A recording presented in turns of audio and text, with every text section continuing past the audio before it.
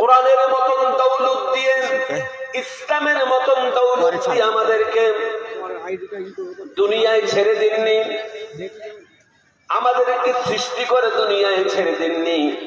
আমরা যেন দুনিয়ার জমিন থেকে আমরা যেন জান্নাতে যেতে পারি, দুনিয়ার জিন্দেগি যেন সফলতার জিন্দেগি হয়ে যায়। আল্লাহ পাক ইসলামের মতন দ্বীন আমাদেরকে দিয়েছেন, আর কোরআনের মতন এত বড় সম্পদ আল্লাহ পাক আমাদেরকে দান করলেন। জোরে বলেন সুবহানাল্লাহ। সুবহানাল্লাহ। এই ছোট্ট একটা কোরআন শরীফ আপনি দেখতে পাচ্ছেন মাত্র 30 পারা। এই কোরআন কত বড় কোরআন, এটার প্রশস্ততা কতটুকু আপনি জানেন না। আল্লাহ রাব্বুল আলামিন এই কোরআন শরীফে বলেছেন, কুল লাউ কানাল বাহরু মিদাদান লিকালিমাতি রাব্বি লানাফিদাল বাহর ক্বাবলা আন তানফাদা কালিমাতু রাব্বি ওয়ালাউ জি'না বিমিথলিহি মাদাদা।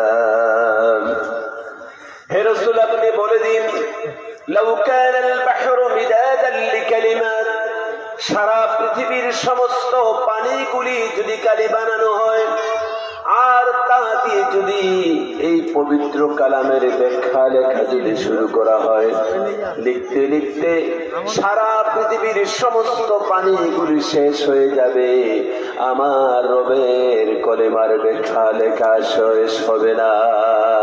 জোরে বলে সুবহানাল্লাহ। সুবহানাল্লাহ। শুধু তাই নয়, ওয়ালাউ জিনা বিমিসলিহি মাদাদা, সারা দুনিয়ার সমস্ত পানিগুলি কালি হয়ে গেল, লিখতে শুরু করলাম কোরআনের তাহকিক, সমুদ্রের পানিগুলি শেষ হয়ে যাবে, আবার সমপরিমাণে যদি পানি নেওয়া হয় আবার শেষ হয়ে যাবে। ওয়ালাউ জিনা বিমিসলিহি মাদাদা, ওয়ালাউ জিনা বিমিসলিহি মাদাদা।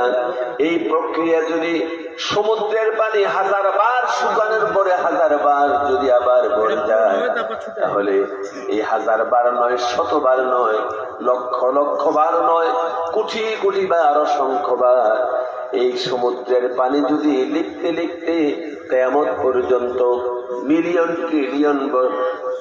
ট্রিলিয়ন হাজার হাজার কোটি কোটি বৎসর পর্যন্ত যদি এই কোরআনের তাহকিক করা হয়, নবী করিম সাল্লাল্লাহু আলাইহি ওয়াসাল্লাম বলেছেন, আল্লাহ পাক কোরআন শরীফে বলেছেন,